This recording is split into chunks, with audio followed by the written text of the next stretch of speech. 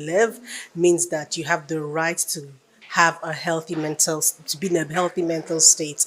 You need your mental health for the everyday functioning. In a society where mental health discussions have long been shrouded in stigma, a glimmer of hope emerges.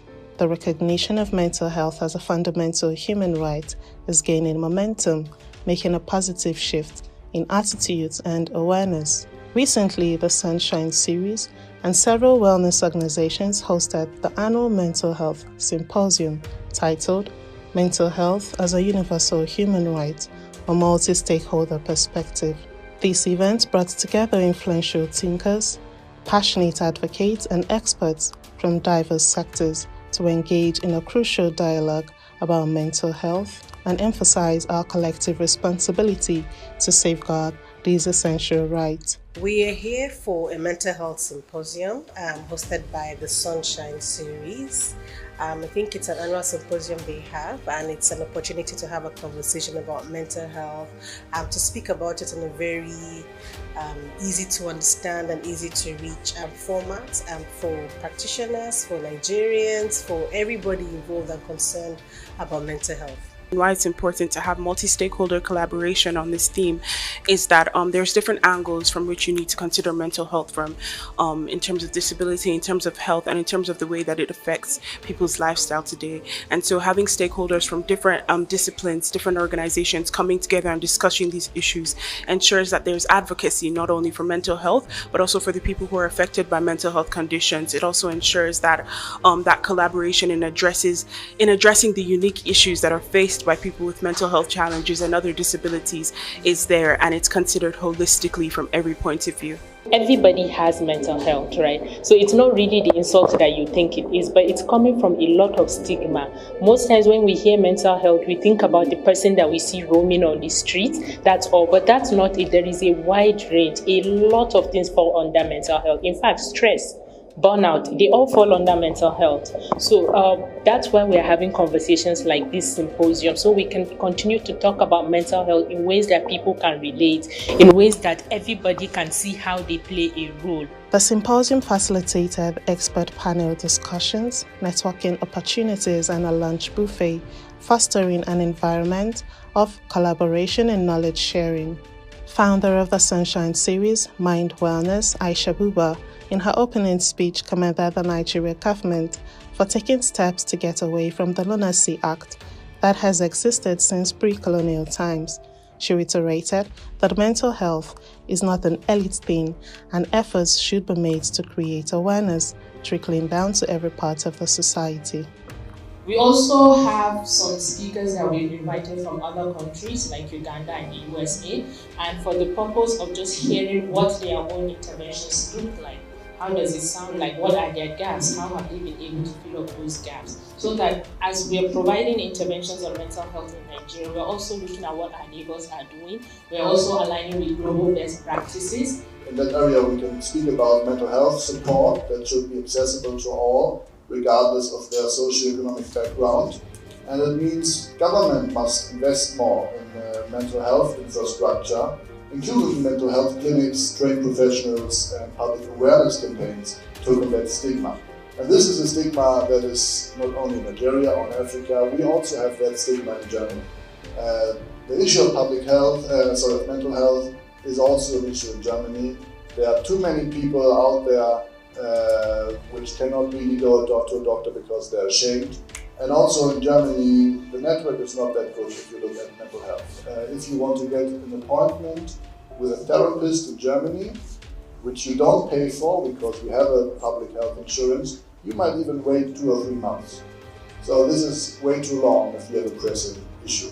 The symposium offered a platform for attendees to participate in a range of activities, including the screening of a compelling mental health short film titled The Dumps. Filmmaker Ramatu Ada Ochekile, who explored the current socio-economic crisis in Nigeria, delivered a powerful message of hope to those struggling with mental health. She encouraged individuals to find strength amidst adversity and to speak up when overwhelmed.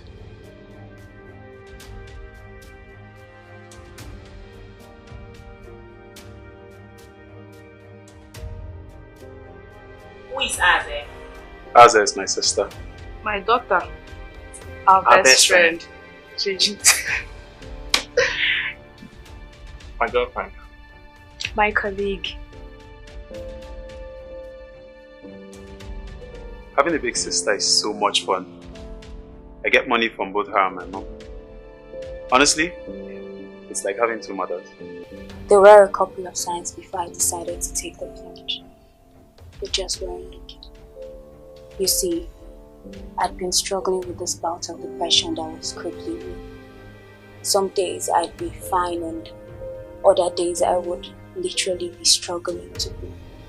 When we started making the film, in fact from the script development process, one of the first things that we were looking at was we wanted people to understand that it is okay to have times when you feel tired, when it feels like it is too much for you, when life can be overwhelming. When it comes to mental health, there is a huge stigma in society, and that's a stigma in general, affecting both men and women.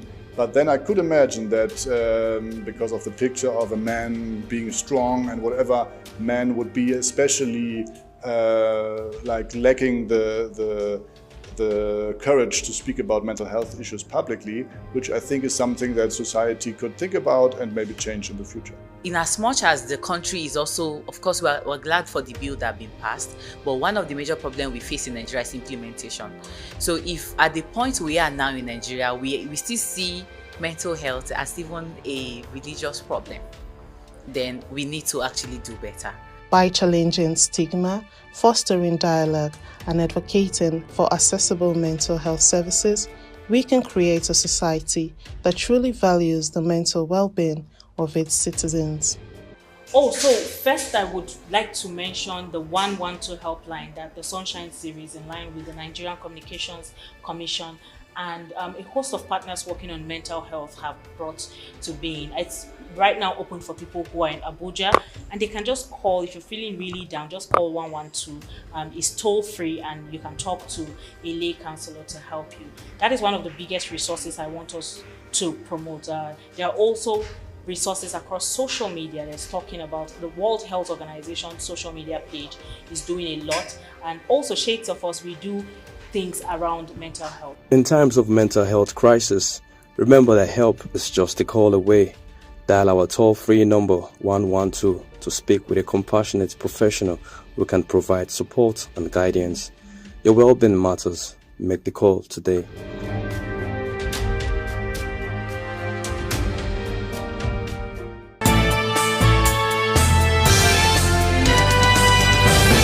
Hi, welcome to What's Happening. Here are the top 5 stories. At number 1, the Nigerian Labour Congress, NLC, and the Trade Union Congress of Nigeria, TUC, have jointly decided to suspend the nationwide strike after discussions with the National Security Advisor, Malam Nuhu Ribadu. The federal government's commitment to prosecuting individuals arrested in connection with the assaults on NLC President Joe Ajaero led to the decision. The Labour leaders conveyed the outcome of the meeting during an extraordinary joint National Executive Council meeting, emphasizing the government's assurance of legal action against those responsible for the assaults. The suspension of the strike has been met with relief from various quarters. At number 2, the Minister of Housing and Urban Development, Ahmed Angiwa, has announced plans to establish a National Land Commission in Nigeria. Speaking at a conference in Lagos, the minister highlighted the need for a complementary institution to the Land Use Act of 1978, addressing the existing gap in providing the necessary framework, guidelines and regulations for effective land administration. The National Land Commission aims to enhance and streamline land administration in the country. At number 3, the ruling All Progressive Congress APC has slammed former Vice President Atiku Abubakar over his call that opposition parties merge to defeat the ruling party in the next presidential election. The APC said Atiku, the flag bearer of the People's Democratic Party in the 2023 presidential election, and his party failed at the polls since 2015 and have failed to offer credible opposition to Nigerians.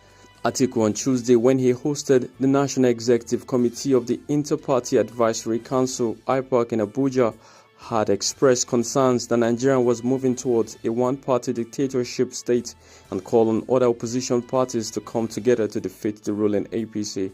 At number 4, the United Nations has urged an independent investigation into the recent mass killing in Burkina Faso, particularly in the town of Zango, where more than 70 people were reportedly killed on November 5th. Burkina Faso State's prosecutor revealed that most of the victims were children and elderly individuals. The UN Rights Office expressed concern, stating that while the authorities confirm at least 70 deaths, some reports suggest the toll could be around 100, with numerous injuries. Burkina Faso is grappling with a jihadist insurgency that has resulted in thousands of deaths and displacement since 2015. At number 5, Jose Peseiro, the coach of the Super Eagles, has expressed confidence in goalkeeper Francis Uzoho as they prepare for the World Cup qualification tie against Lesotho. Uzoho has faced scrutiny for his performance, especially after conceding 2 free-kick goals in a match against Saudi Arabia. Peseiro defended the AC Omonia goalkeeper, stating that he believes Uzoho is the best man for the job. However, he added that if there were a better option, he would consider making a change in the goalkeeper position. The Super Eagles are set to face Lesotho in their upcoming match. That's all for now. See you later on What's Happening.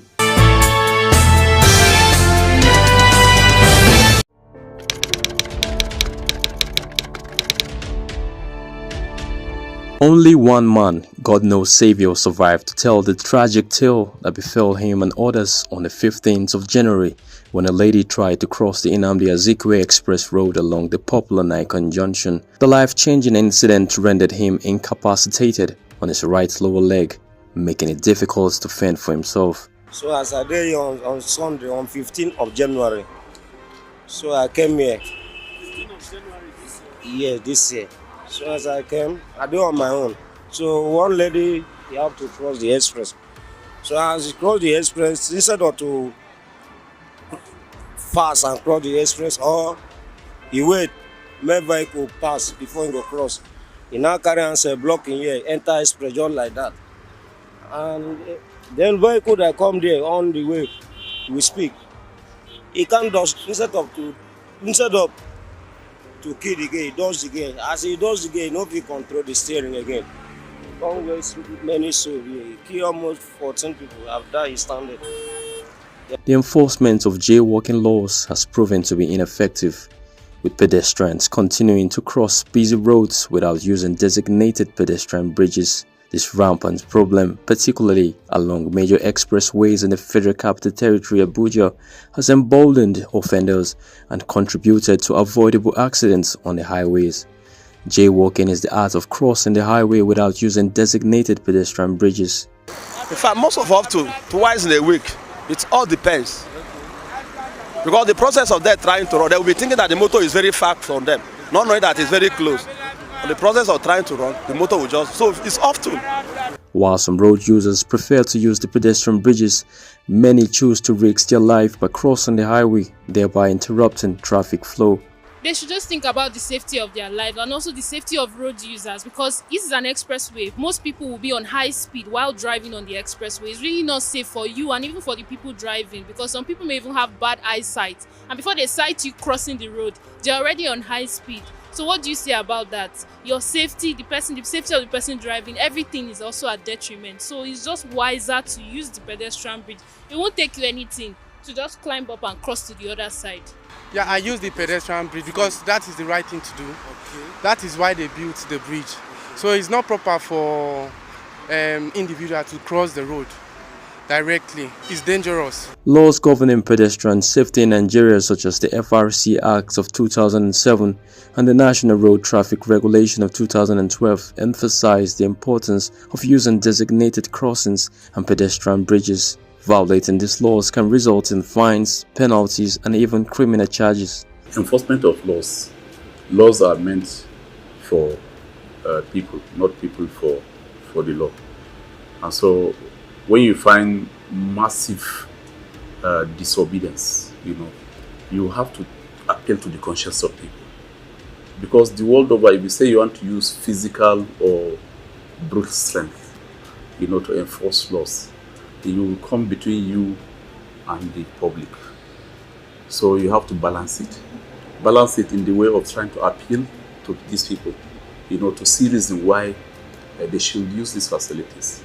that is provided for them by government.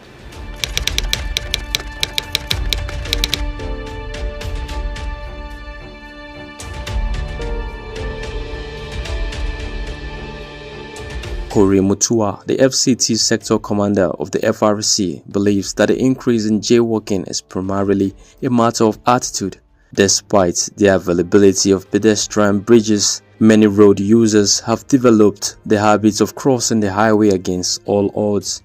I have to say that the facility for the pedestrians has been created, and the government has done its best to make sure life is not lost. But many Nigerians do not want to adhere or make effective use of what government has created. My suggestion is that government has to enforce it to ensure that the masses will make effective use of what government has put in place that will benefit them. A lot of life has lost through crossing road, although sometimes I make use of the crossing road. Actually, as we all know, that it is totally not right for an individual to cross this an express road. But all the same, there are some other factors that purge and allow people to come through this road. And you know, one of it is because of the shortage of the distance, so that they can quickly go to where they are going to. I'm telling you that within that period of time, about 21 people were killed from January to sometime 27th of this month. That's about 3 or 4 days ago. You know, out of that, more than 60% of it are hit and run cases around an express. To address this widespread disobedience of jaywalking laws, Mutua suggests that constant sensitization and education would be more effective than brute force in convincing road users to utilize the available pedestrian bridges.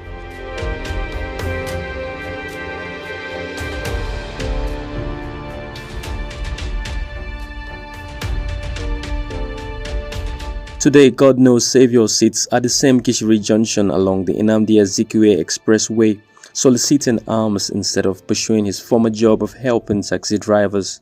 His tragic circumstances could have been avoided if the laws against jaywalking were strictly enforced.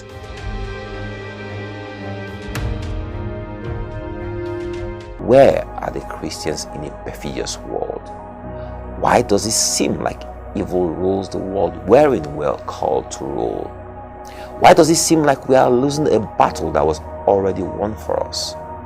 Who drank 200 billion naira worth of beer in the first 6 months of this year in a country that majority identify as Christians and Muslims, and both religions discourage alcohol?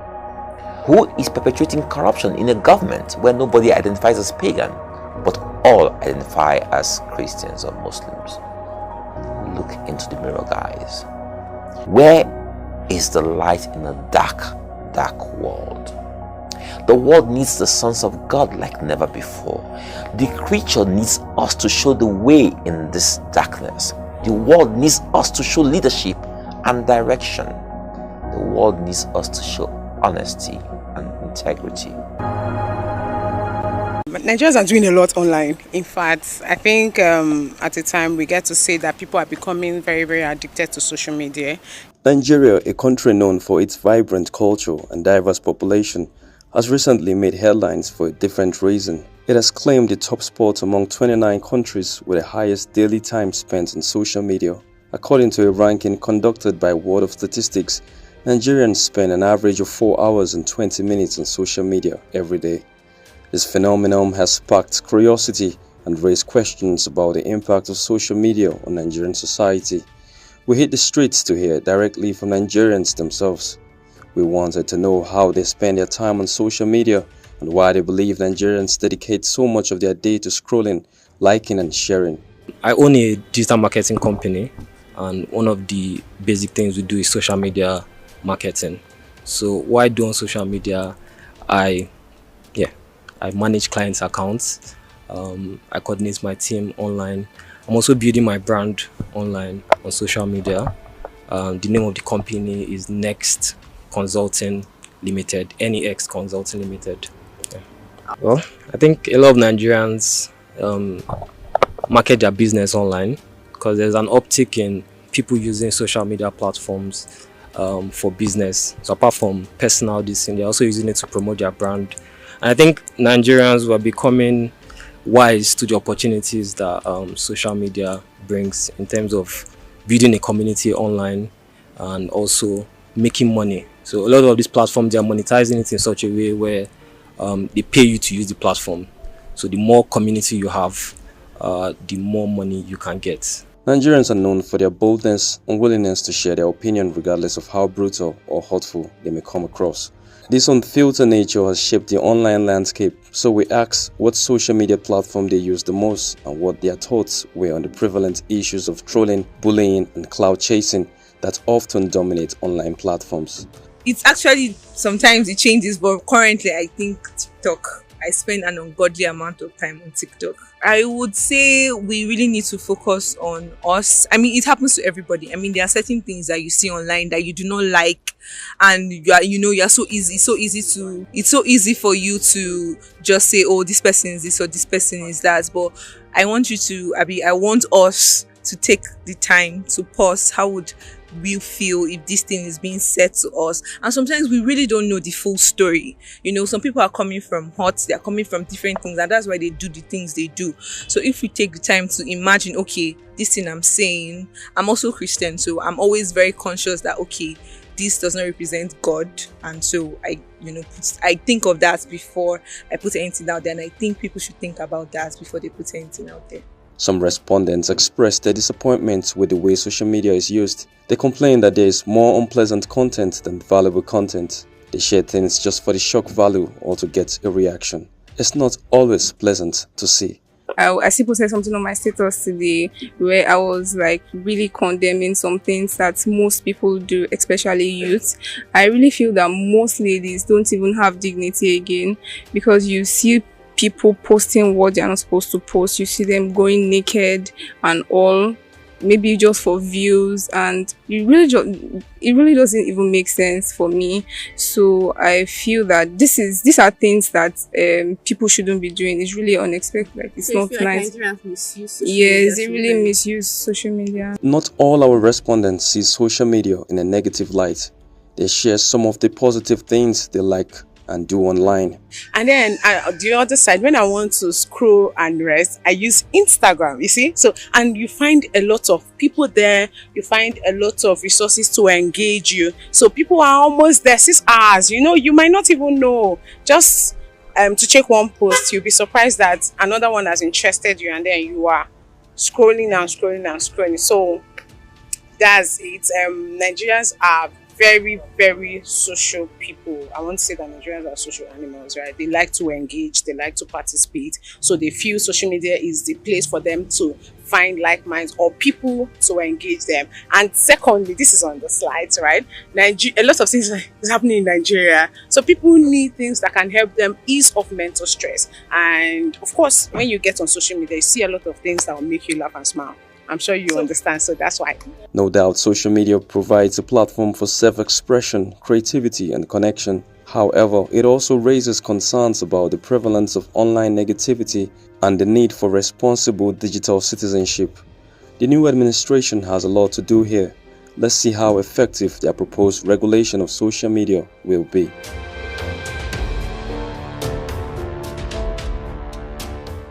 We're here at the Samsung showroom at Banex Junction, Wuse 2, Wuse district in Abuja, where a fire raced down the Samsung showroom last night.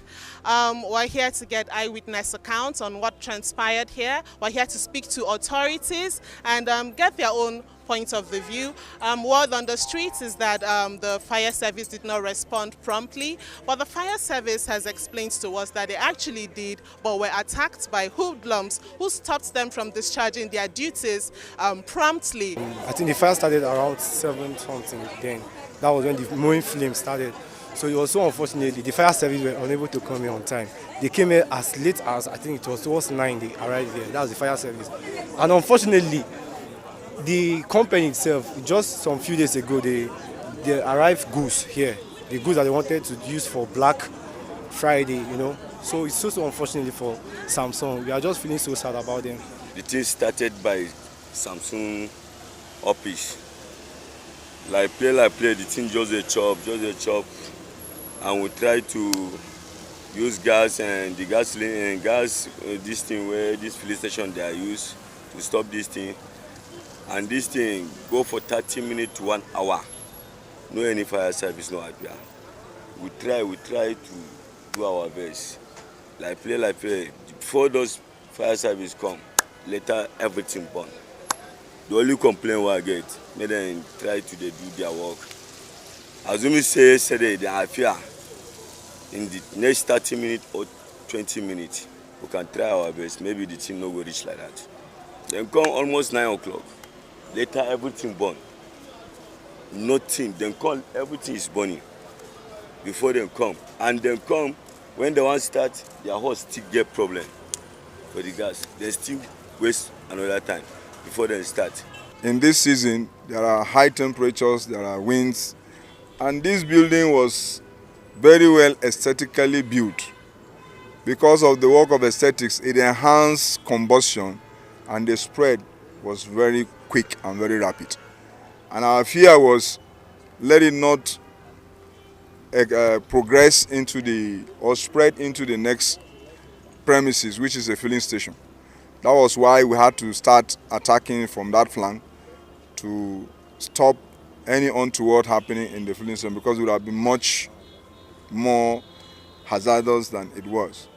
But we thank God there was no loss of life. With respect to access to services, our services are very accessible, just as Gigi has said.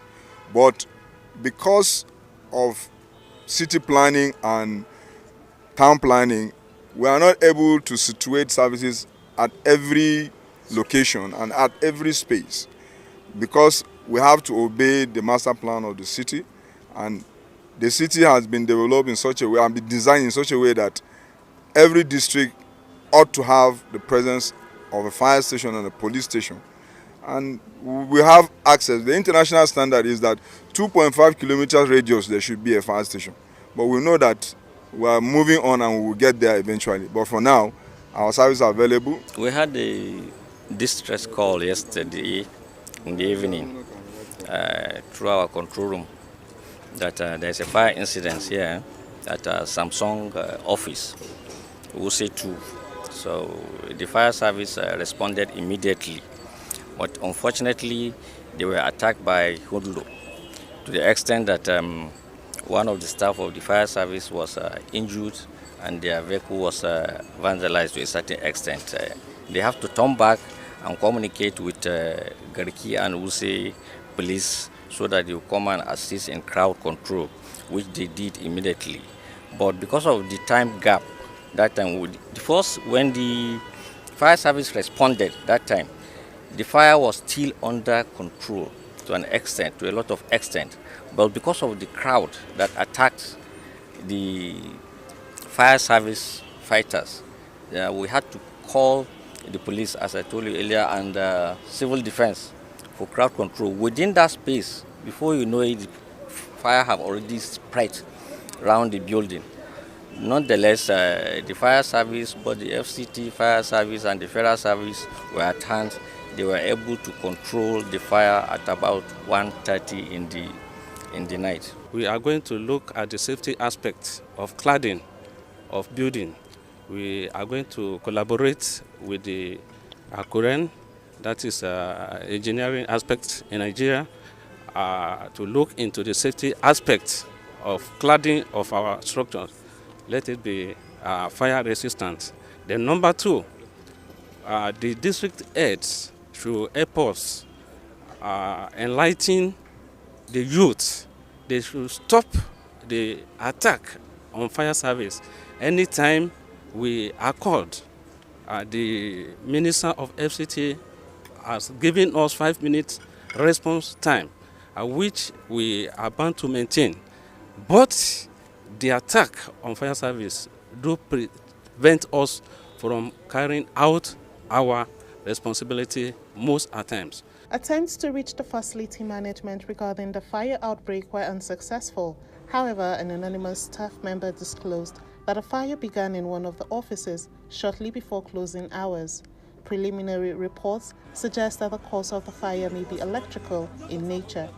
The acting DJ Fema noted that investigations are ongoing to ascertain the cause of the fire. This developing situation underscores the importance of fire safety and preparedness in office environments, and especially in commercial hubs like Banex, where the Samsung showroom is situated. We have to be extremely careful because of the dust within this period.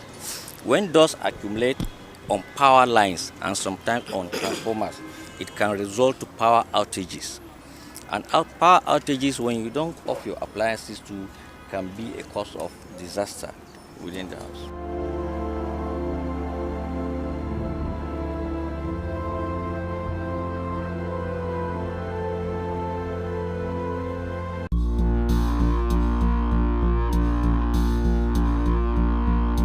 A judge of the Rivers State High Court, Justice Eberechi Wike, has urged the National Assembly to consider imposing harsher penalties on those convicted of rape.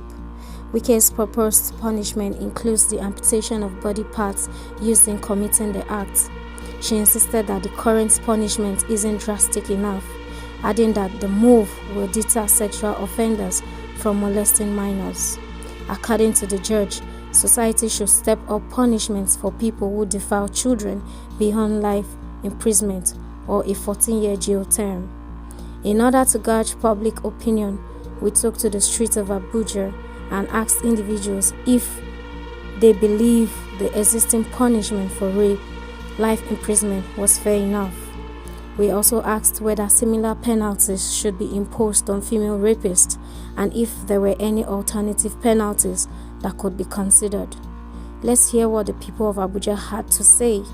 Do you mean that if a man committed or a lady, then you cut the hand, meaning that tomorrow he or she will not do that one again? See, there is one thing we should know as human beings. It's not the way you feel. Do you understand me? You feel the pain. There is sympathy, there is empathy. When you feel the pain of someone, do you understand me? More than the person that has that pain. And you now look at it that, okay, this is what this person that has committed this offense merited for such. Mind you are making a mistake somewhere. Because you cannot say because your child has offended you, then you now go straight and carry on because you are a policeman. And then say, no. Stealing. You kept money somewhere as a first man. Look at this boy. Took my money under my pillowcase. Then you just remove your rifle and you kill him. That money in the law court is different offense. The one you have done is different. When you weigh it on the balance, you will know that you have committed what is more than what you thought it pains you. There are times that you look at, you know that raping is not a good thing to say. It's not a good thing. It's only animals that can do things of that nature. And remember that we are human beings, but intrinsically there are animals in us by behavior. It does not mean the level of your education if you want to behave like an animal. I think it's better instead of cutting out the person's part of the body or something like that. Maybe sometimes when you see someone, maybe a man rape a woman, it's either the person is not mentally balanced or maybe something is wrong with the person. You understand? Maybe other social vices or something like that. But in a normal human being, you cannot just go and rape somebody or something like that. Maybe something has to be wrong somewhere. Understand that? Maybe as a result of drugs or psychological disorder or something like that. So those are the major causes of rape, because rape is very rampant now. And another thing that is causing this rape, another thing that is the cause of this rape is maybe the way a lady dresses. You know, there's a way a lady will dress seductively. You know, men are easily, I don't know how to put it.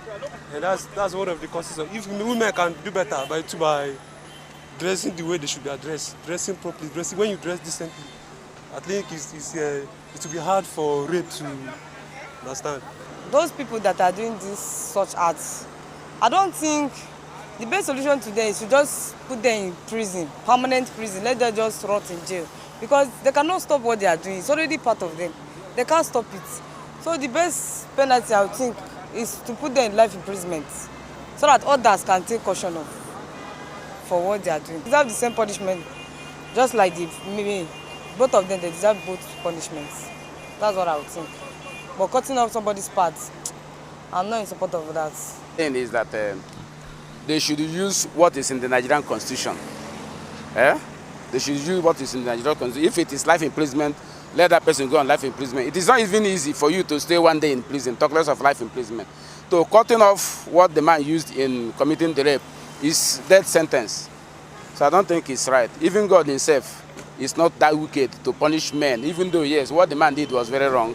But then let them follow what is in the Constitution than cutting what the man used in doing the rape. That is my own opinion. What is good for the goose is good for the gander. What are they going to cut? Even for the women, what are they going to cut? What they are saying is that they should just go out and say death sentence. That's all. That's my opinion. They should use what is in the Nigerian Constitution. Instead of, it's like you are saying those that cut those that steal. Those that steal goods, they will kill the person. But those that are stealing billions, they are not killing them. So let them use what is in the Nigerian Constitution. That's my opinion. As the debate on stiffer penalties for rape perpetrators continues, it is evident that opinions vary on the fairness and effectiveness of amputation as a punishment, as well as the need for gender equality in sentencing.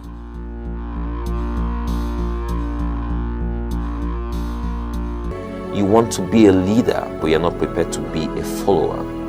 How can you lead if you don't know the pains and issues of a follower? How can you fix a broken school system when your children don't school in Nigeria? How can you fix public schools when your children go to private schools? How can you fix the healthcare system when you're not prepared to be treated as a patient in that system? How will you know that our hospitals lack basic diagnostic machines when you fly to London for the basics? How can you fix roads that you don't use? How can you fix electricity when your dedicated power lines, generators and UPS ensures you have uninterrupted power supply? How can you call for war when you're not prepared to be at the war front? A good general leads his men into battle from the front and not from the back.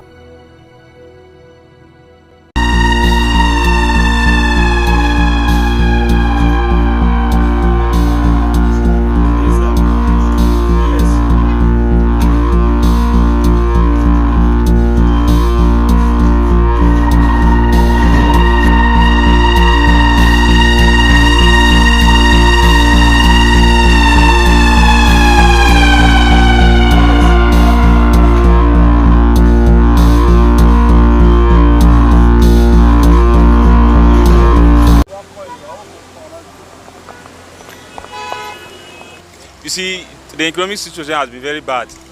The 33,000 is nothing to write home about. That's why I trek some distance just to cover up. And if you go to the market to buy foodstuffs, it has been, a very difficult issue.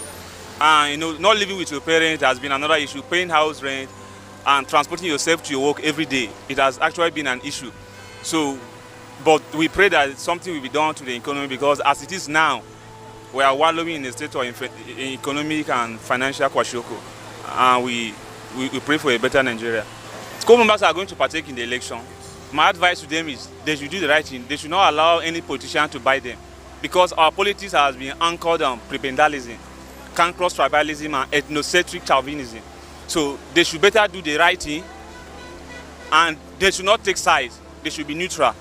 And regarding the electors, those that are going to vote, they should vote somebody that have the capacity, that have the mental magnitude, that we bring about a total transformation from this state of Nigeria that we are now to a state of El Dorado. If not, the way things are going, this is not the country we pray for, and this is not the Nigeria that anybody will pray for. I will tell you infrastructural development in each of the states is key. Why do I say that? When you embark on infrastructural development, then you now need institutions, because what drives an economy are institutions and people. So if the people are hungry, who will now fix the economy? Because the economy cannot run itself without people. You understand? Good and fine, we have a lot of enabling laws. But the implementation of the laws lies in the hands of human beings, you know. You can have the best of laws, but if you don't have competent hands, then it's as good as going back to square one. Secondly, in the light of the current oil subsidy saga that has, like, even the dollar, the foreign exchange problem we have right now, I can tell you that in the States, a lot of civil servants cannot go to work 5 days in a week. So these are key issues that should be addressed. There should be issues on the front burner. So their campaign should be issue-based and not based on personal interest or selfish interest. Because when you talk about going to the polls, but my greatest concern and worry now would be at the state level, because you talk about Bayelsa State, talk about Kogi State, and which other states again? Imo State. Imo State, for one reason, I would say it's separate from Bayelsa and Kogi State because of security concerns. There might be voter apathy. Fear of the unknown might be there. So I might not want to delve deep because that's a peculiar state. But for Bayelsa and Kogi State, the people who might actually want to come out en masse to vote because of the political tension that has been building up over the years concerning APC and the PDP issue. Kogi State is being run by an APC leadership. Then you talk of Bayelsa State PDP.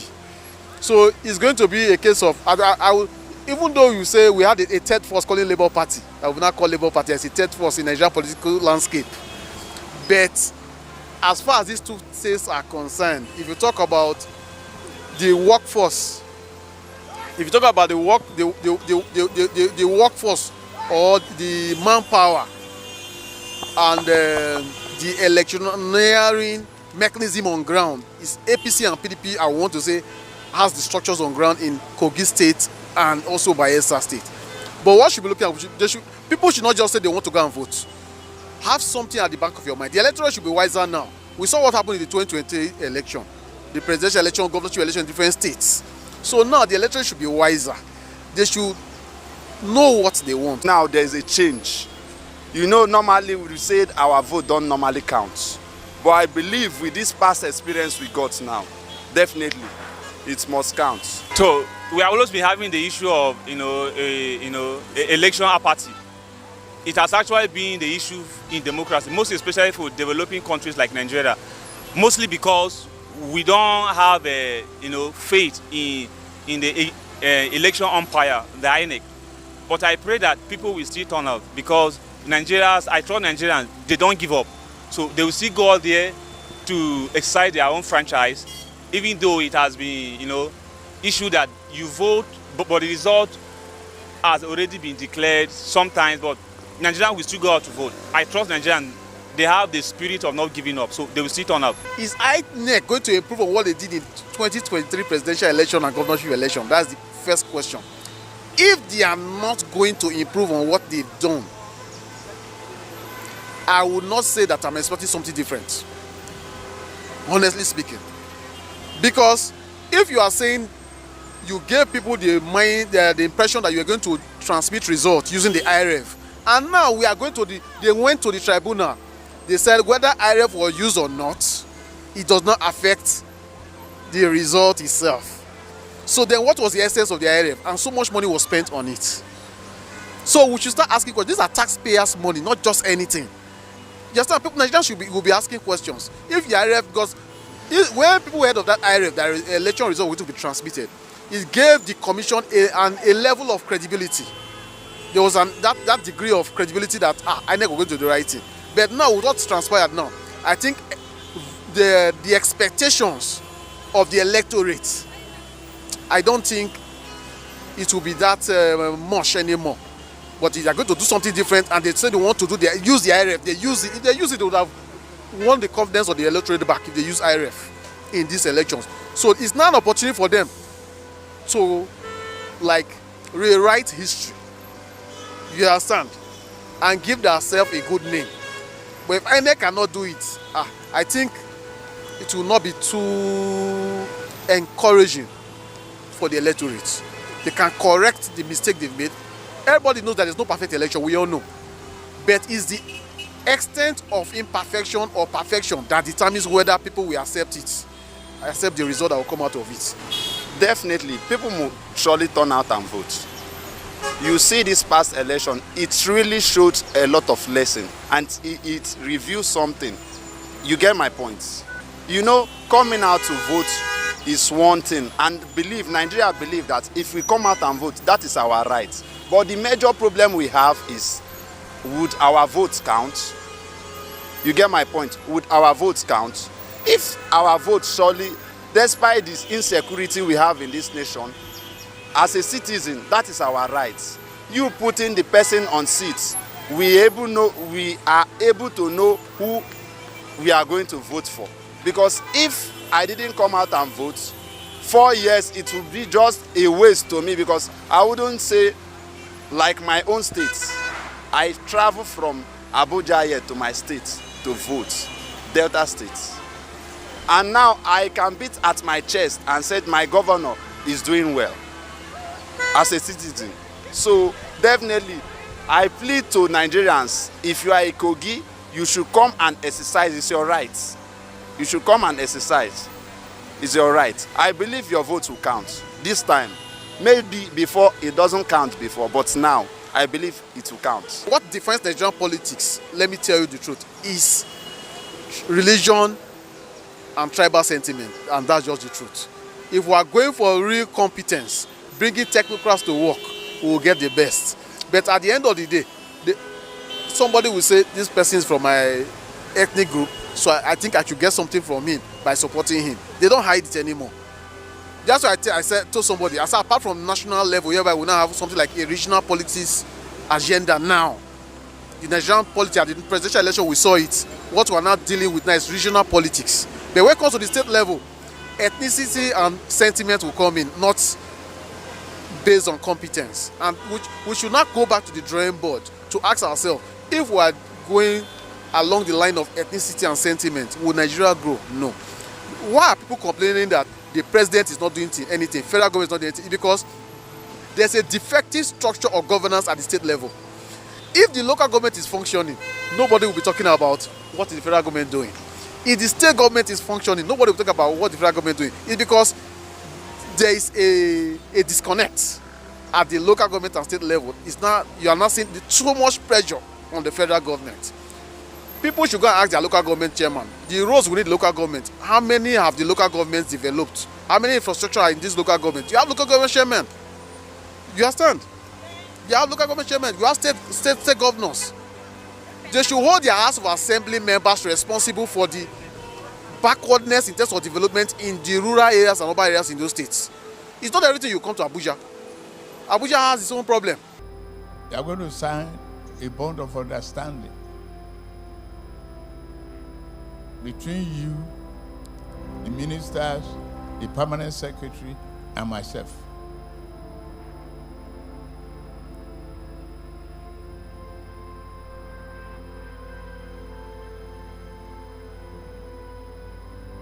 If you are performing, nothing to fear.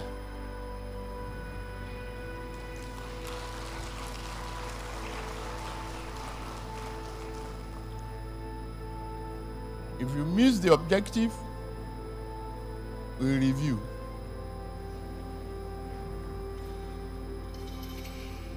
If no performance, you leave us.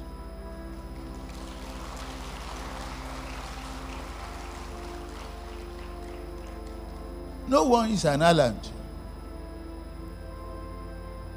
And the buck stopped on my desk.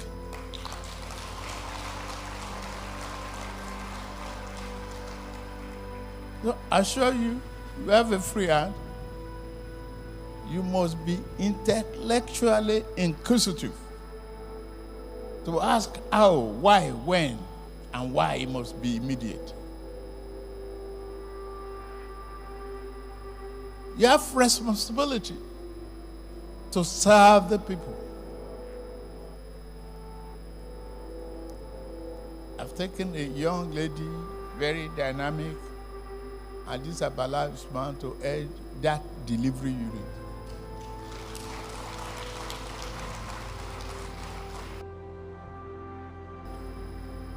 Let us be determined that corruption will go. Progress will be achieved. Better wages for our workers. Living wages. We will transform the economy to work for millions of our citizens. We must take 50 million people out of poverty. That the three committees of the Nigerian Senate should jointly investigate this matter and revert to the Senate within 2 weeks. The Nigerian Senate has raised concerns about the recruitment and deployment procedures of the Federal Civil Service Commission. The issue was discussed during a session based on a motion titled Urgent Need to Ensure Adherence to the Federal Character Principle, Address Lopsidedness, and Address Emerging Infractions in the Recruitment and Deployment of Officers by the Federal Civil Service Commission and associated agencies. Senator Zach Titus Tatinga, representing the Benue West Senatorial District, introduced the motion. The problem of illegal employment in the Federal Civil Service. Speaking on this issue with journalists in July, ahead of 2023 Civil Service Week, the head of Service of the Federation, Dr. Fola Chade Yemi Esan, announced that the federal government has discovered about 1,618 civil servants with fake employment letters. Further, it thought that whereas introduction of IPPIS was meant to curtail and ultimately eliminate illegalities in the civil service in terms of human resource and payroll management. Senator Tatinga highlighted the responsibility of the Federal Civil Service Commission to recruit and deploy qualified officers through proper advertisement of vacancies. However, allegations of irregular recruitment methods have been brought to light. During the discussion, senators expressed unanimous agreement on the importance of swiftly upholding the federal character principle and rectifying any imbalances. They emphasized that failure to address these issues could negatively impact the cohesiveness of the civil service, potentially impeding effective governance and service delivery. Underrepresented in different years because they don't know one or two persons in high positions that will hire them. And so we must take this motion very seriously to bring sanity to the process so that at least our citizens can feel a sense of belonging to the country Nigeria in employment, so that at least this teeming population of Nigerians who are very qualified and have been seeking for employment can at least be employed. The Senate has assigned its Committee on Establishment and Public Service Matters to conduct a comprehensive investigation into the matter. The committee is expected to present appropriate recommendations to the Senate based on their findings.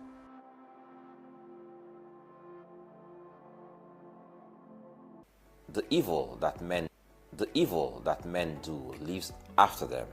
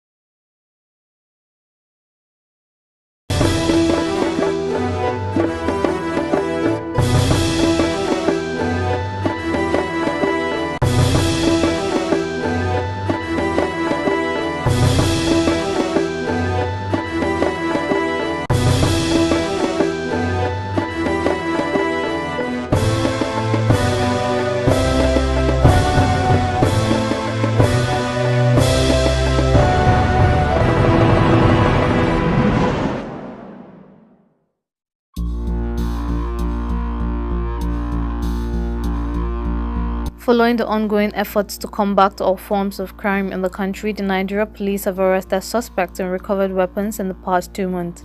This was disclosed by the Force Public Relations Officer Olumiyiwa Adejobi while briefing journalists during the parade of suspects on Thursday in Abuja. According to him, 1,412 suspects for various violent crimes, including 548 suspects for armed robbery, 242 suspects for kidnapping, 365 suspects for murder homicide, and 237 suspects for rape or defiance were arrested. Adejobi added that 350 illicit firearms and 4,055 rounds of ammunition of various calibers were equally recovered, while 113 kidnapping suspects were rescued unharmed and reunited with their families. Similarly, police in the Federal Capital Territory have paraded 20 suspects for various crimes, including criminal conspiracy, kidnapping, armed robbery, and possession of illicit drugs. The Force PRO who paraded the suspects on Thursday at the Intelligence Response Team office said that about 44 assorted firearms and 111 live rounds of various calibers were recovered across the country. Items recovered include 40 AK-47 rifles, 3 pistols, 3 locally made shotguns, 1 locally made single barrel gun, 100 K2 ammunition, 20 packs of tramadol, 5 blocks of fake gold, an iPhone 13 Pro Max, 5 different company stamps, and 800 USSD cash at various locations by the police operatives. The suspects paraded include Yusuf Ismail Issa, who was part of the criminal gang that attacked the convoy of the Apostle Johnson Suleiman on October 2021, where 7 people, including 3 policemen, were killed. According to CSP Adejobi, Issa, a member of a 7-man syndicate who has been involved in 4 kidnappings between 2021 and 2023, was arrested by the police in Ondo State. 5 AK-47 rifles, 2 K2 assault rifles, 180 rounds of live ammunition, 4 suspected locally made IEDs, 1 pistol and 4 rounds of 9mm ammunition were recovered from him, while other members of the gang are currently at large. I'm the first person that opened fire on the convoy of Apostle Johnson Suleiman. So you are the marksman, the main man that handled the gun? Yes, sir. Which gun were you holding on to that day? AK-47 rifle. How did you get it?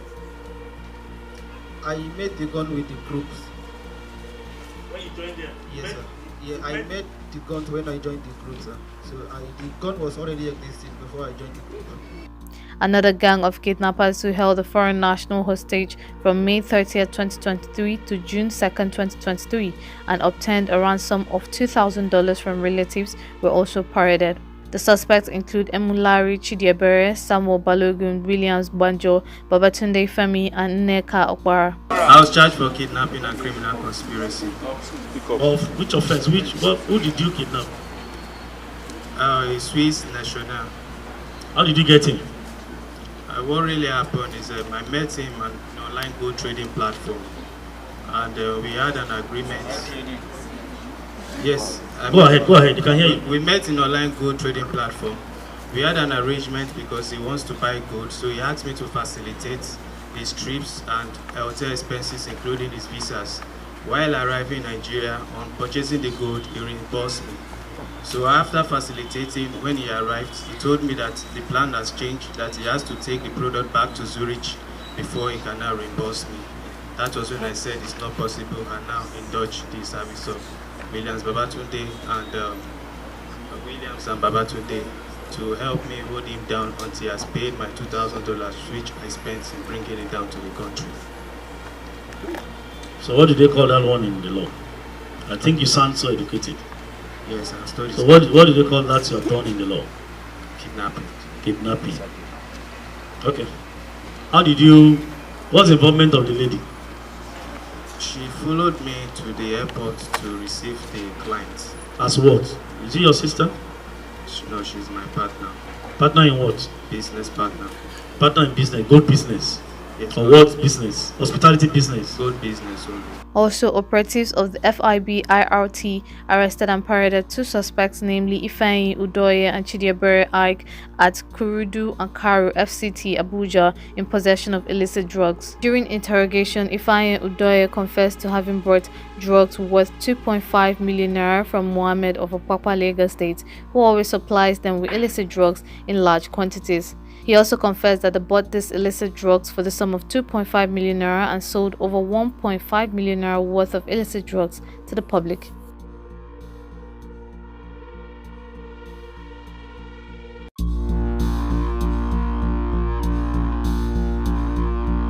Residents of Derby Gwali Area Council of Federal Capital Territory have accused local security outfits, popularly known as the vigilantes, established to secure lives and property, of causing chaos in their community. Over time, there has been a call for the establishment of community policing in order to get quick response to any form of attack or criminal activity.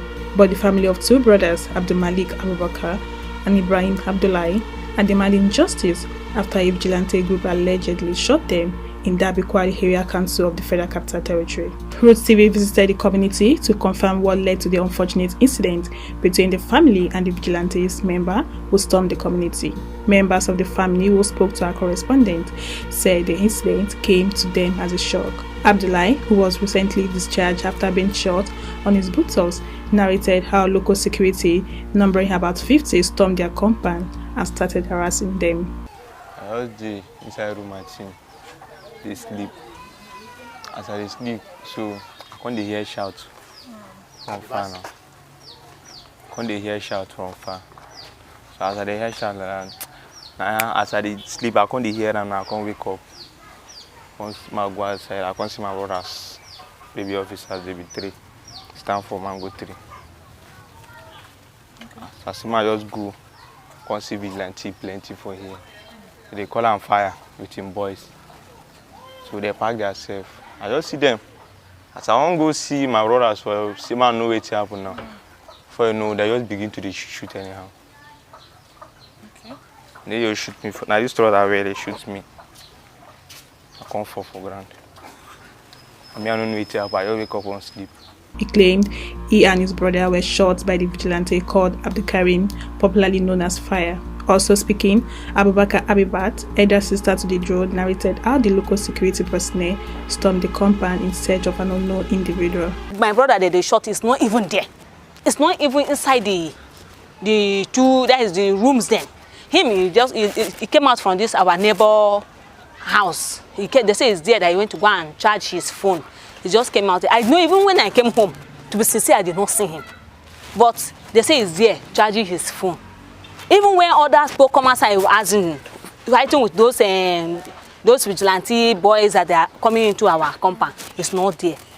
So when they now later we now hear guns, because when they now mobilize themselves, both the police van, both the vigilante them, they now come and stand under that mango tree. Police people did not cross that water did not cross it. They just stand there. But the vigilante immediately they just come down from that van, they started shooting. They started shooting. As they are shooting, they'll be going down. So that boy, he was coming from that downside now. That's how the two vigilante people that run from here go down. They now saw him. They now said, "This is one of." They said, "This boy is from this house, bah." They said, and I said, "They say, give me your phone." When they now say, "Give me your phone," he now say, "Why will I give you my phone?" He now say, "Give me your phone." He said, "I didn't do anything. You're telling me to give me your phone." He now say, "No." They now pack his leg. He now fall down.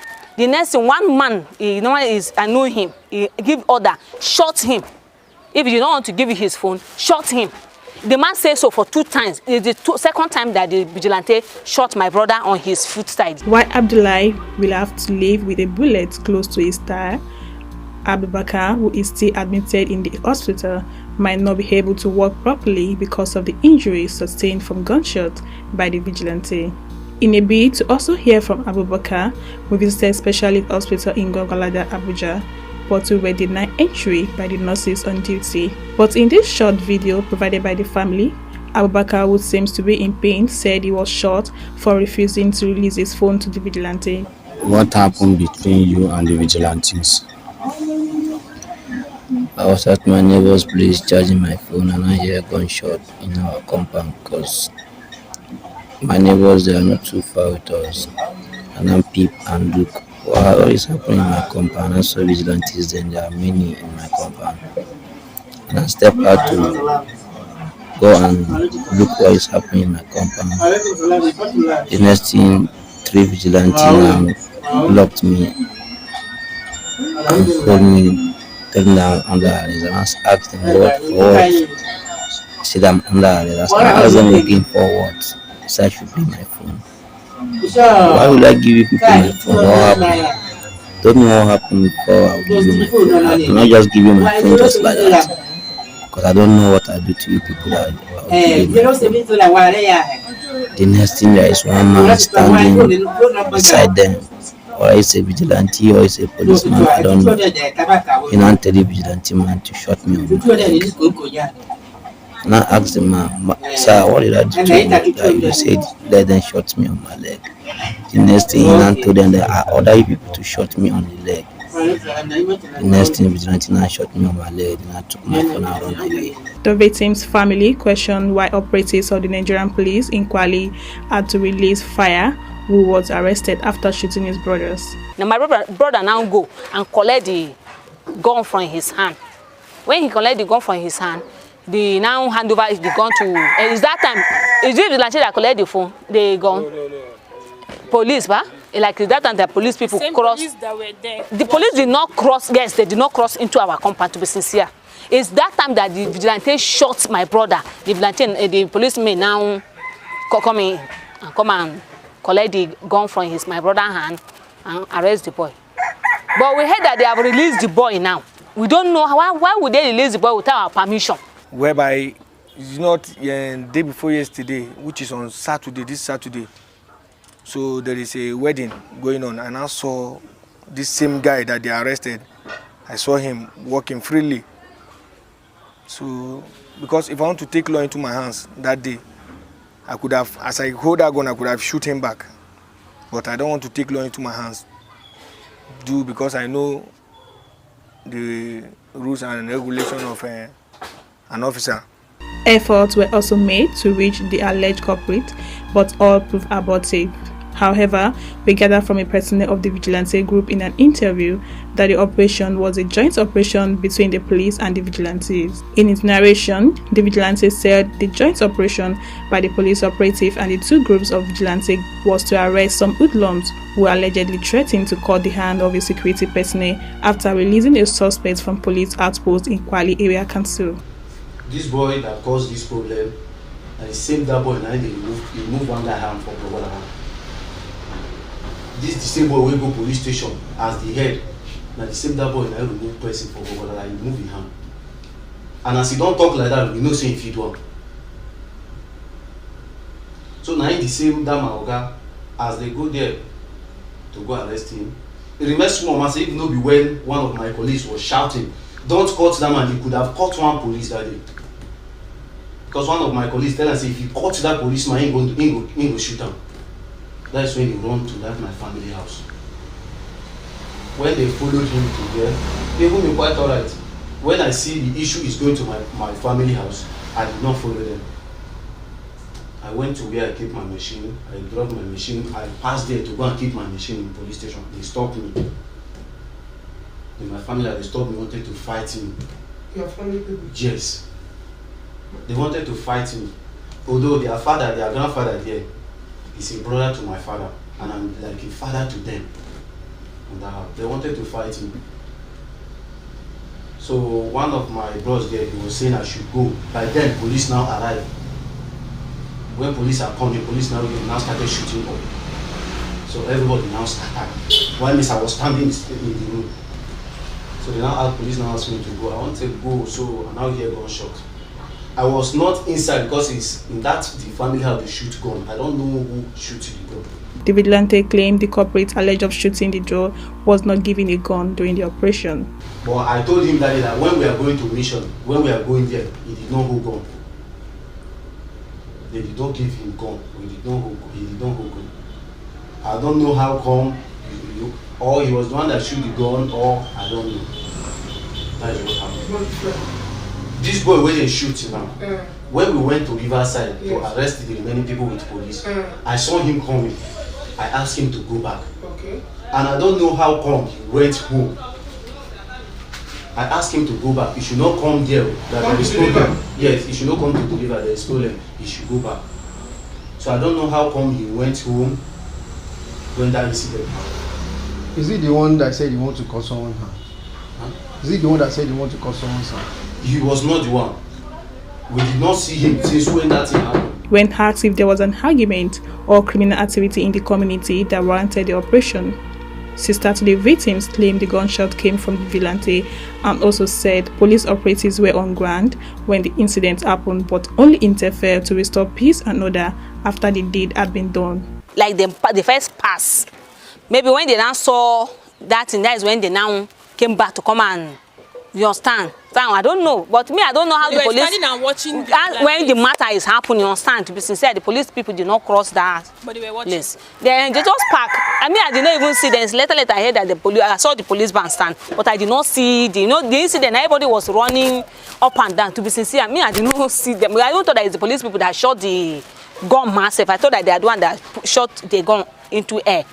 To be sincere. The police public relations officer, Josephine Ade, was contacted by our correspondent on the incident, but several calls and messages did not get response. While the family of the victims worries about the quick recovery of their brother, one can only expect that the right authority will help in getting justice and also properly train security personnel on professionalism in their line of duties.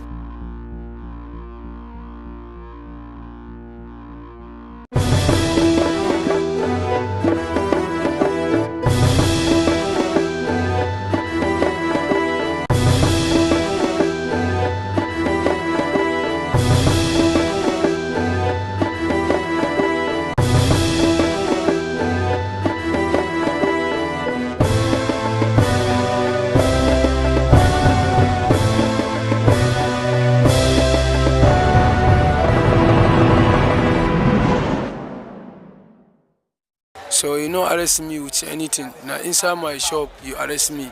Soldier, you check my shop, you no arrest me with anything. You carry me come here. I dey beg government may you help me. My shop, depot, Pape, Panteka. Yes, now soldier with passport, join passport, you arrest me. You no arrest me, you check my shop, you no see anything. You can't join me with the people when they say small. You no arrest me with anything. Now I reached 19 days for SACS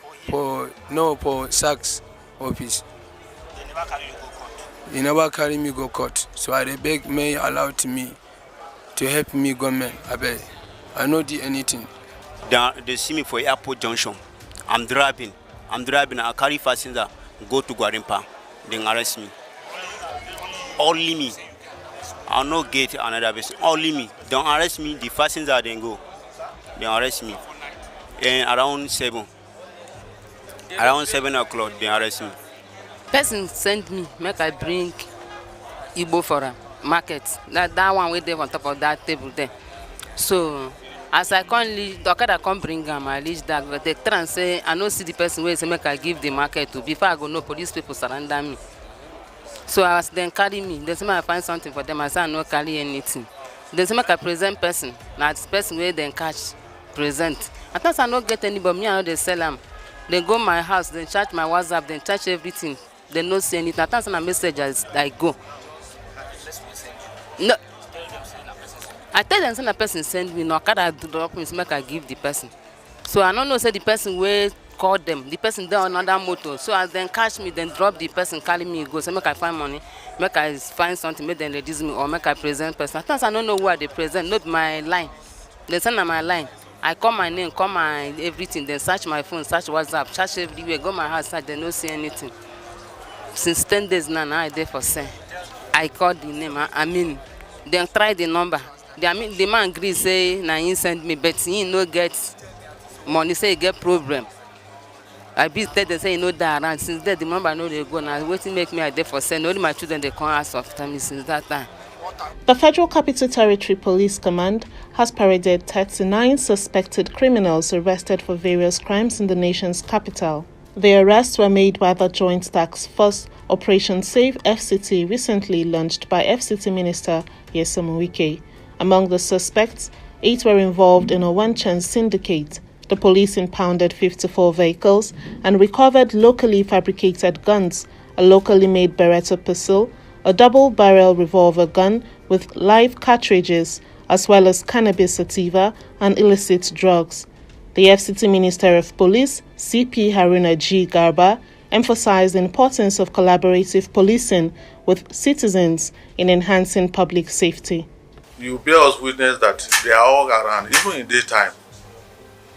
If the police are not on the streets, if other law enforcement are not on the streets, I don't think people will be able to walk around. The relative peace that we have is the joint effort of all of us, the security agencies. That is why you are having a relative peace and the security in the FCT. We are doing quite a lot. And for you, as citizens, you need to also cooperate, because it's community partnership. You own your own security by yourself. Don't allow that the police is going to do it all alone for you. Yes, it is our mandate to do that, but for you, you can provide us information if you see such things happen. And so many people, when there are issues like that, instead of reporting to the police, so that the police or any other law enforcement will do the needful, what they concentrate in doing is to begin to video activities of what is happening. And then from there, you begin to present it and send it to people. This is what happened in so-so place, this is what happened in so-so place. The time you are using to video all this is enough to place a call to the nearest police formations or stop and search to avert what they are doing. But that is not what most of the citizens of these countries are doing.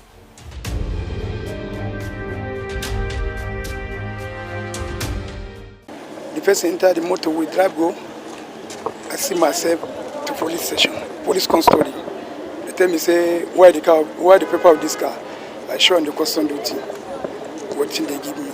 So from there, they tell me, say, this car is stolen car. That's all. The Nigerian Police Force on Thursday, 7th September, assured residents of the Federal Capital Territory of their commitment towards their safety. He made this remark during a press briefing with journalists at the Federal Capital Territory Command, Abuja. Outlining the accomplishments of the NPF so far, the Federal Capital Territory Commissioner of Police, CP Haruna G. Garba, stated that the force had arrested over 20 suspected criminals terrorizing the nation's capital, Abuja. On the 26th of June 2023, at about 23:50 hours, police operatives attached to Lugbe Police Division, acting on actionable intelligence, arrested one Kennedy Ezebo, a 26-year-old of Tudunwada village here in Lugbe in Abuja, a notorious criminal and cultist with one fabricated locally made gun. The suspect confessed to being part of the criminal elements that have been disturbing the Lugbe axis. However, in the course of investigation, we also recovered 2 locally fabricated AK-47 rifles, which is with us. And very soon as the investigation is concluded, the suspect will be charged to court. The suspect is here. Secondly, we also have in our custody kidnappers, 5 of them in a row, and also a rescue of a kidnapped victim. This happened on the 8th of August 2023 at about 17:30 hours. The police operatives attached to BRG police station, working in close collaboration with the vigilante because of our spirit of community policing, arrested 5 suspects, namely Bernard Francis, Felix Benjamin, Peter Benjamin, Helen Sylvester, and also Hamza, for alleged involvement in kidnapping of a minor in the area. In the course of investigation too, the suspect confessed that their involvement in the kidnapping of a 5-year-old Omar Elia on the 7th of August at about 23:00 hours in the dead of night from Guita village in Kobwa. The suspect led the police operatives to the residence of one Helen Sylvester, who is a widow, who is also a conspirator in the kidnapping. And the suspect, the victim, a 5-year-old boy, was rescued from the residence of the said Helen Sylvester. The young victim was subsequently, reunited with the parents. The suspects will be arraigned in court very soon. The police also announced the arrest of other criminals, including a dispatch rider, a manhole thief, a phone thief and his female partner, and about 7 taxi robbers. These suspects were also paraded at the Federal Capital Territory Command, Abuja. We also have arrest of a notorious phone thief and fraudsters. On the 1st of September 2023, at about 15:00 hours, operatives from Durumi Police Station, acting on intelligence to trail and arrested Zaria, who specialized in snatching GSM phones from innocent commuters. After snatching phones, he removes the SIM cards and then sells the phone to unsuspecting people, and the SIM cards, he gives them out to his girlfriend. The girlfriend is also here, one Bumi Samuel. The girlfriend, on her part, make withdrawals of all monies from the accounts that are linked to the SIM cards. During the operation, we were able to recover 76 SIM cards of different networks. We were able to get from him, and how they go about, getting money from people's account through the SIM card. They were able to explain it to you. The lady is here, including the boyfriend. Some of the suspected criminals also addressed the media.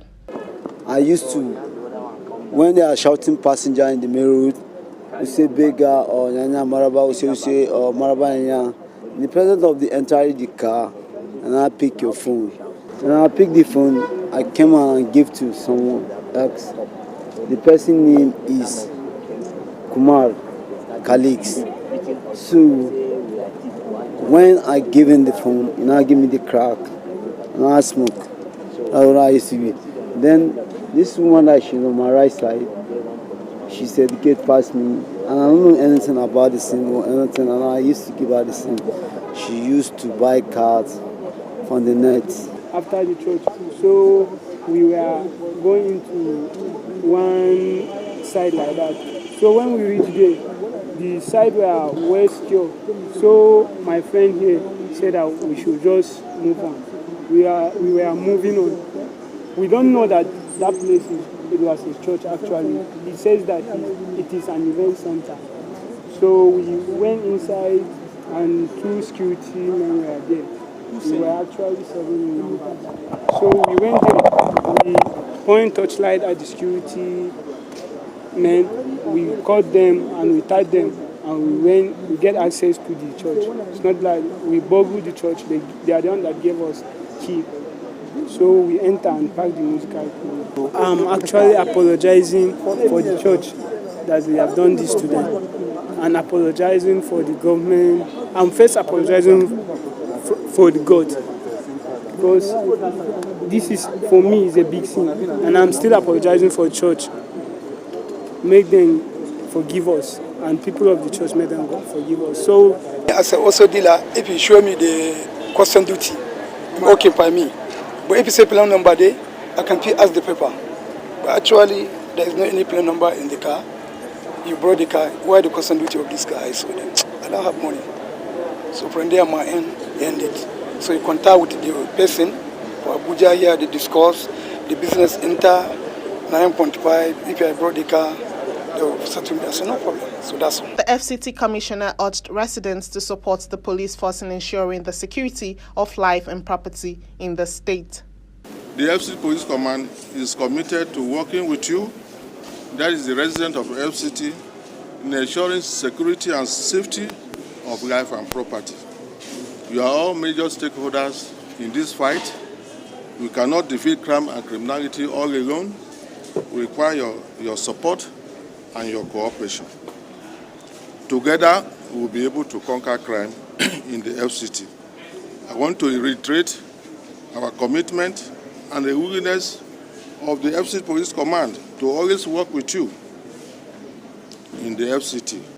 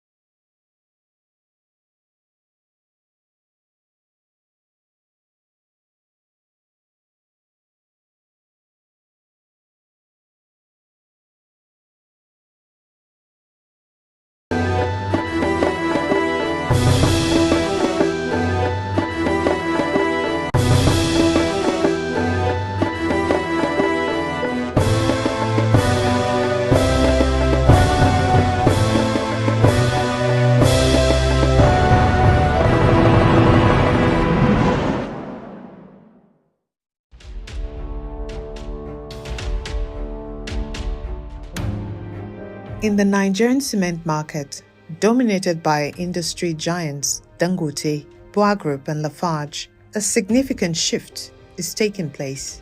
Boa Cement, Nigeria's fourth largest company by market value, reported a profit after tax of 72.3 billion naira last year. The chairman of Boa Cement, Abdul Samad Rabiu, has been vocal about the need for more cement producers to meet local demand and drive down prices. He has consistently said that cement prices in Nigeria will crash if we have more producers to meet the growing demand. Nigeria's combined cement production capacity stands at approximately 48 million tons, while the annual demand is around 21 million tons. Despite this, the average price of cement in Nigeria is 5,500 naira per bag, significantly higher than the global average. According to a 2016 World Bank report, cement prices in Africa are nearly twice the global average. In September of this year, Abdul Samad Rabiu announced that Boa Cement is working towards reducing the price of cement to support the economic plans of the federal government. This came in response to the frustrations expressed by the Minister of Works, Engineer David Umahi, regarding high cement costs. To honor its pledge, Boa Group announced a reduction in the price of cement from 5,500 naira per bag to 3,500 naira, adding that this new price will commence on Monday, the 2nd of October 2023. Builders and various stakeholders in the housing sector have commended this action as a bold move to address challenges in the building materials market, enhance affordability, and promote home ownership. I actually own and run a construction company. Yes. I'm an engineer also by training. I'm an electrical engineer, and I'm also a safety expert. It was actually a very nice news, at least to the hearing, when we heard that the price of cement. Immediately I called my retailers, and at first some of them didn't have much information on it. Well, probably because the stock they still have is still 5,500 naira. I use cement on a daily basis. So just yesterday, I called one of them. I wanted to get like 500 bags of cement. I'm like, now cement is now 3.5 now. And then the guy took time out to explain what is happening.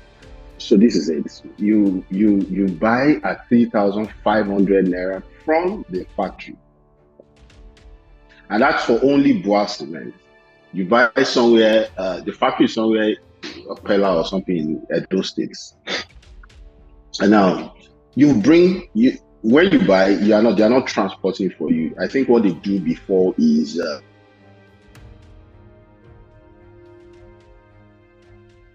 to your location. They get it across you pay transportation and all the likes. But so but what we have now is you buy cement at 3,500 naira per bag from the factory, and then to transport that same cement down to somewhere like Lagos or Ogun, they are going to spend like maybe like 1,400. If you do the math, at the end of the day, when you get down to Lagos, it will be within the range of 4,800 and 5,000 naira per bag. If you are a retailer, you are going to make profit. So you obviously will sell like 5,000 something. Well, I don't know where the price is about to okay from. While Boa Cement has garnered praise from various sectors in the country, including commendations for this courageous step, the Minister of Housing and Urban Development, Ahmed Musa Dangiwa, has highlighted that this proactive move will effectively lower the cost of cement, a significant expense in housing construction. However, cement dealers in certain regions are yet to witness the recently announced price reduction by Boa Group, translating into market realities. According to recent findings, they acknowledge the price cut as a positive development, but emphasize the importance of addressing supply chain issues to ensure a lasting impact. Because you cannot come out in the morning and say you want to crash the price of cement. It's like a government who said that they want to demolish house, but they have not built any house for people. So by saying that he will crash the price of cement by now, number one, he should remember that some distributors, some outlets just bought from here and they have not sold. And when he crashed the price, in December, he's trying to pursue them go to their village. And his production is not producing. If you look at this place, look at all these places, you will not see any Bua cement here. It's just Dangote. And Dangote, who is more than him 3 times, has not even crashed the price. Why will you come to crash the price? He wants to kill the poor masses that are selling retails. But for now, the price reduction really hasn't affected anything around this Lagos axis. Cement is still 5,300 and 5,500. And also, part of things that the retailer actually expressed concern is the time of wait, even if you need to buy from the factory. Because, of course, there will be traffic for now. So you might not get your cement in 2-3 weeks. I don't know about that, but, they are the ones doing it. That's what they complain about. I don't really understand what Bua is trying to do in a cement business. You can see all of us from up to down here, all of us we are having Bua and Dangote, but all our Bua now we have sold it finished. And the last price we bought the Bua, when the customer come to our market to come and price our market, they will tell us they heard that the Bua have bring the price down now. Can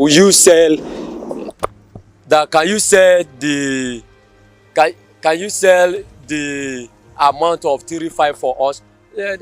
It's a newspaper matter, so it's not working on a market. In Abuja, in a cross-section of over 5 markets surveyed across 4 locations, Mabushi, Amak, Kubwa, Buhari Area Council, Gwagwalada Kuje, and Kwali, some dealers say they do not have the product.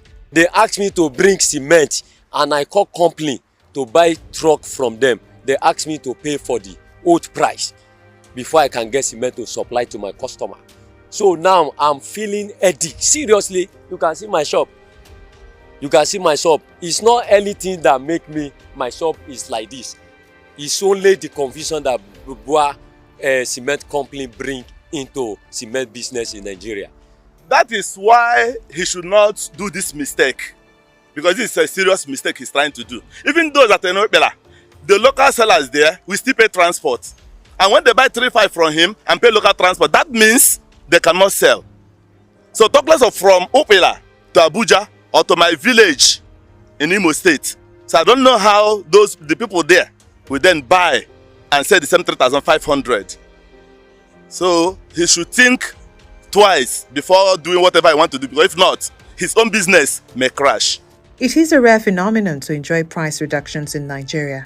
When prices go up, they usually stay there or go higher. As Nigeria's construction industry continues to grow, the crash in the price of cement brings hope for affordable housing and infrastructure development. However, challenges remain in ensuring a sustainable supply chain that can meet the increasing demand.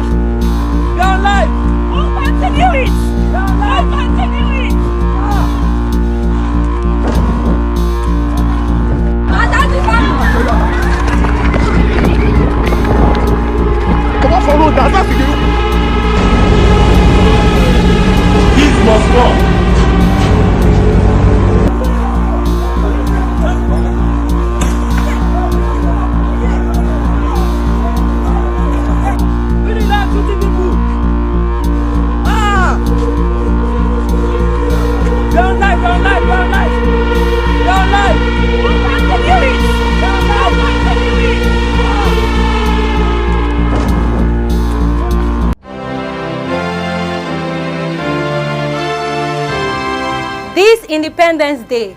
Join us as we celebrate the spirit of Nigeria. From the bustling streets of Lagos to the serene landscape of Abuja, Nigeria is a nation of resilience, unity, and boundless potentials. Together we stand tall, proud, and united as we commemorate our journey towards freedom and progress.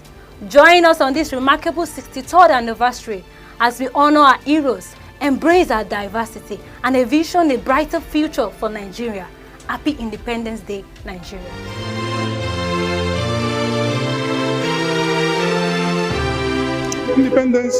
Independence generally means freedom. Every person wants independence, including children, including you.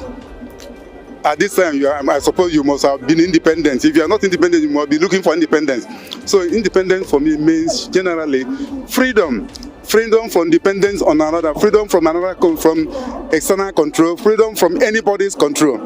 Freedom to you to take care of yourself, take charge of yourself, and control yourself.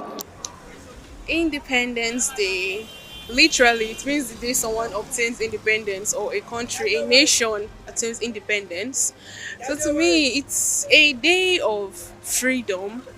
I mean, you are now independent. You can do things on your own without any external powers telling you what to do